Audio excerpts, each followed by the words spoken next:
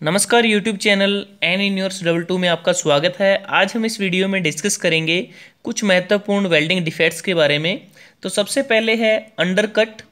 Undercut weld to के पास parent metal में groove या चैनल बन जाते हैं और इस डिफेक्ट को ही अंडरकट कहते हैं। और इसके होने के कुछ महत्वपूर्ण कारण हैं, जैसे वेल्डिंग करंट का अत्यधिक तेज होना, करंट बहुत अधिक होना, वेल्डिंग करते समय इलेक्ट्रोड का एंगल गलत होना और इलेक्ट्रोड को चलाने अर्थात प्रयोग करने का ढंग गलत होना और वेल्डिंग करने की गति अत्यधिक होना, ये कुछ कारण हैं जिसकी वजह से अंडरकट डिफेक्ट आता है।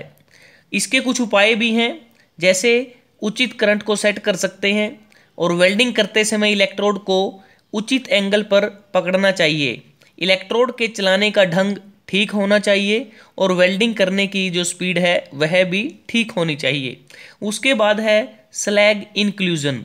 वेल्ड मेटल में स्लैग अथवा बाहरी अधातु कण रह जाने को स्लैग इंक्लूजन कहते हैं और यह वेल्ड ज्वाइंट में धातु का सेक्शन कम करते हैं और यह पेरेंट मेटल को वेल्ड मेटल के साथ जुड़ने नहीं देते और इस कारण वेल्डिंग के ज्वाइंट की जो स्ट्रेंथ है वह भी कम हो जाती है। ऐसे कुछ कारण जिनकी वजह से स्लैग इंक्लूजन होता है, सबसे मेन कारण है इलेक्ट्रिक करंट का बहुत ज़्यादा होना, इलेक्ट्रोड का सही साइज का ना होना, लॉन्ग आर्क लेंथ का प्रयोग करना और जोड़ के किनारों को सही तैयारी से न करना, वेल्डिंग की तकनीक ठीक ढंग से न होना और प्रत्येक रन को वेल्डिंग करने के बाद साफ न करना, ये कुछ कारण हैं जिसकी वजह से स्लैग इंक्लूजन होता है। और स्लैग इंक्लूजन के डिफेक्ट को कैसे कम किया जा सकता है? करंट की उचित मात्रा प्रयोग करके, उचित साइज का इलेक्ट्रोड प्रयोग करके, उचित साइज की आर्क प्रयोग करके और जोड़ों के किनारे अच्छी तरह साफ करके, उचित वेल्डिंग तकनीक का प्रयोग करके और प्रत्येक रन की वेल्डिंग करने पर उसे साफ करने पर। उसके बाद है स्पैटर। फिलर मेटल के कण वेल्डिंग करते समय बेस मेटल की सतह पर बिखर जाते हैं और बिखर कर जम जाते हैं, जिन्हें हम स्पैटर कहते हैं। स्पैटर के होने के कुछ कारण हैं, डीसी वेल्डिंग में गलत पोलैरिटी का प्रयोग करना, करंट का अत्यधिक होना, लॉन्ग आर्क का प्रयोग करना, आर्क ब्लो का कारण और इलेक्ट्रोड के ऊपर फ्लक्स की कोटिंग का सही न होना। इसको कैसे दूर कर सकते हैं? डीसी वेल्डिंग में सही पोलैरिटी का चुनाव करके, करंट की उचित मात्रा का प्रयोग करके, उचित आर्क लंबाई का प्रयोग करके और आर्क ब्लो के डिफेक्ट को दूर करके और अच्छी फ्लक्स कोटिंग इलेक्ट्रोड का प्रयोग करके। उसके बाद है इनकम्प्लीट पेनिट्रेशन, मतलब कि अधूरी पेनिट्रेशन। इस प्रकार के डिफेक्ट में जोड़ के निचले भाग में या निचली सतह के साथ वेल्ड मेटल अच्छी तरह से नहीं जुड़ता, जैसा हम इस डायग्राम में देख पा रहे हैं, और आर्क जोड़ में पूरी गहराई तक नहीं पहुंचता, जिसकी वजह से इनकम्प्लीट पेनिट्रेशन होता है।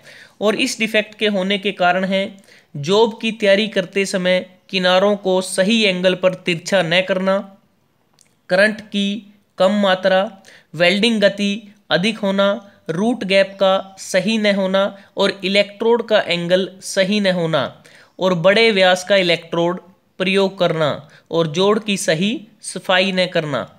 और उसके बाद है क्रैक्स। क्रैक्स, इसे अगर हिंदी में बात करें इसे थ्रेड भी कहते हैं और यह एक प्रमुख डिफेक्ट है और इसके कारण यह जोड़ भार सहने योग्य नहीं रहता और शीघ्र ही जोड़ टूट जाता है।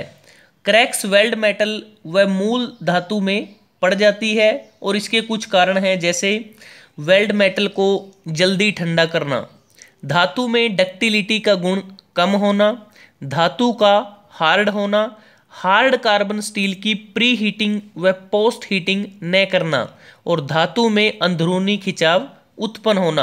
और क्रैक्स को दूर करने के कुछ उपाय भी हैं, जैसे वेल्डिंग करने के बाद पार्ट या जॉब को धीरे धीरे ठंडा होने देना चाहिए, कम से कम पास में वेल्डिंग करनी चाहिए और कम से कम पास में वेल्डिंग करने के साथ साथ सही वेल्डिंग तकनीक का प्रयोग भी करना चाहिए।